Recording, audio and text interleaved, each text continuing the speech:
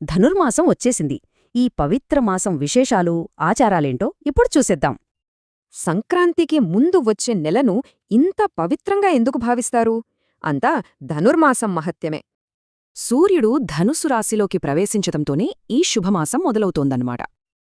మరి ఈసారి తేదీలేంటో ఓసారి చూద్దాం. డిసెంబర్ 16న మొదలై జాన్వరి 14 వరకు ఈ మాసం ఉంటుంది. అంటే సరిగ్గా భోగి రోజుతో ధనుర్మాసం ముగిసి ఉత్తరాయణ పుణ్యకాలం మొదలవుతుంది. ఈ నెలలో తప్పకుండా పాటించాల్సిన కొన్ని ముఖ్యమైన పద్ధతులున్నాయి. చూసారుగా, ఈ చిన్న చిన్న పనులతోనే ఇంటికి శుభం, శాంతి కలుగుతాయి. అవును, ఇవన్నీ ఎందుకంటే మహాలక్ష్మి అమ్మవారి కటాక్షం పొందడానికే. ఇళ్లల్లో మాత్రమే కాదు, పెద్ద పెద్ద ఆలయాల్లో కూడా ఈ మాసం చాలా ప్రత్యేకం. ఉదాహరణకి తిరుమలలో చూడండి, సుప్రభాతం బదులు నెలంతా తిరుపావైగానం చేస్తారు. అంటే ఈ నెల మొత్తం విష్ణువు, లక్ష్మీదేవి ఆరాధనకే ప్రత్యేక ప్రాధాన్యత ఇస్తారు.